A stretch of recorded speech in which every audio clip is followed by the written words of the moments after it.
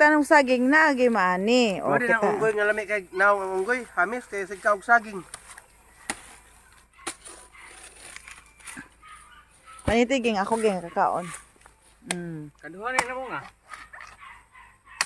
Kadto sunod na pud na dong. Kuha na po ni.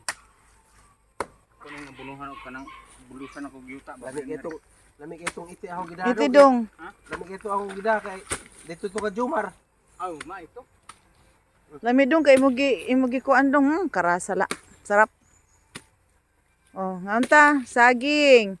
Basta magkugi may maani nga saging. Pero magbantay ka gani sa bukid. Di ka kantigo mo. Tanam og saging. Ano? Aw.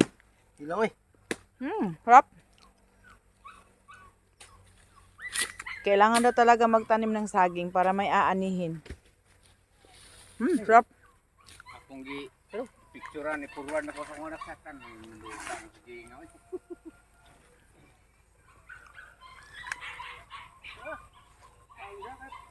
Oh, may manok oh. Sarap ang sabaw ng manok. Mag-ihaw kami ng manok mamaya.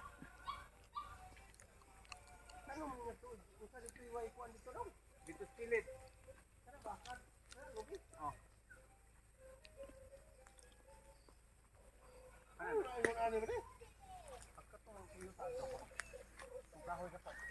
Isang buwig ng saging, kakainin namin yan bukas. Wala na naman yan. Ubos na yan.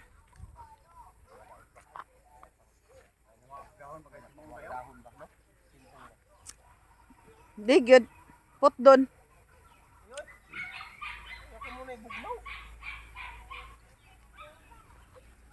Kani kana kuha ng bunga, ihandos man ako ni. Geng, lamin na put doon. Geng, kani put doon.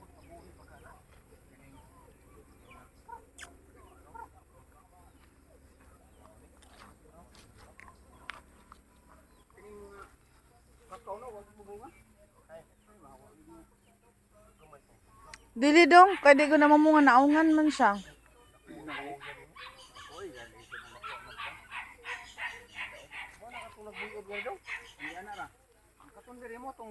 Kato na sa dito may sunuga dong, basta may time ka lang. Sabi ko doon sa nagbantay sa bukid, kailangan talaga puputulin yung isang puno kasi nga yung mga tanim hindi lumalaki dahil yung puno na yun ang laki-laki at hindi sila parang lumaki yung maliliit dahil merong mas malaki pa ka sa kanila. So dati kasi nung pumunta kami bago pa namin nabili ko, masarap sa sabaw yan, yung manok na yan. wala talagang ibang tanim kundi yung maliliit Huwag na kang lang na mapapakita niyog, sa akin manok kasi niyog, baka at saka mamaya yung may mga, iihaw kita. At walang ibang matutula. halaman dito, walang ibang tanim na prutas, kundi talaga yung ano lang, talahib na andito, saging kayo yung mga dyan. saging na maliliit pa lang, at saka anyog na maliliit. Yung saging na yun, nung time ni Odette na ubos yun. So, itong iba na mga saging, bagong tanim pa namin yan. Pero, namumunga na rin siya kasi hindi siya masyado masilan alagaan yung saging. Madali lang namumunga. So, yun. Aliyah! Ayan, ang lalaki ng mga bato. Hindi pwede na kami makaakyat dito kahit umulan.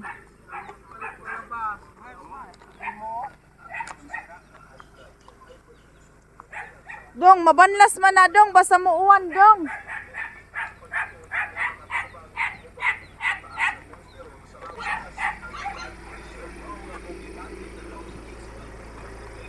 Binaba nila yung sako na may ipot ng manok na may kasama na ipa ng palay. Gawin namin pantaba, yung pantaba ng halaman para medyo naman hindi papayat at tataba din siya. Yung nakita nyo na dahon guys na malalapad, mulberry yun. Ilang months pa lang yun, siguro mga 7 months pa lang.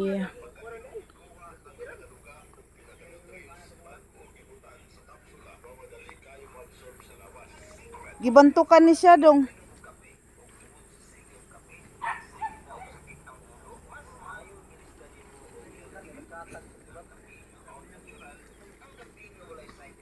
Mulberry fruit.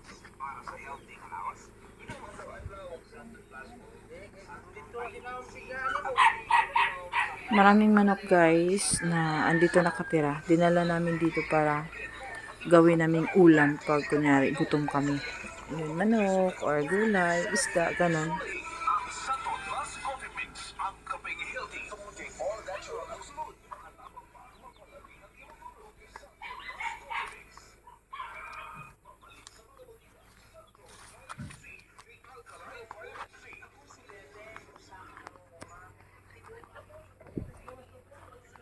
Di pa natapos pag ano, gapas. Kailangan gagapasin pa doon sa taas.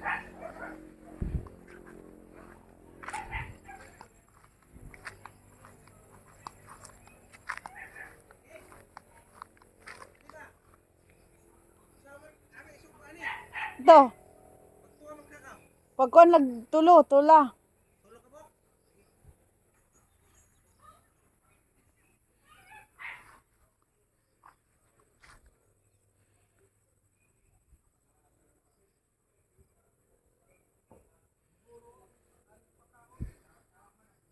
Yan, meron na naman bunga yung saging. Ayan. Meron pa dun sa taas. Linggo-linggo kami dito nag kukuha ng saging.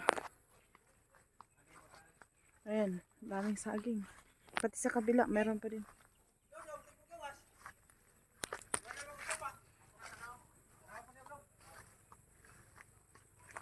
Ayan o, daming saging o.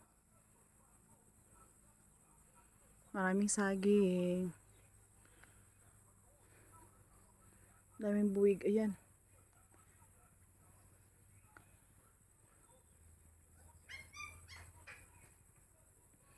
Yan sa kabila, hindi ko pa nakunan kasi mayroong doon, nagtatrabaho doon na tawag nito. Naggagapas ng mga talahib.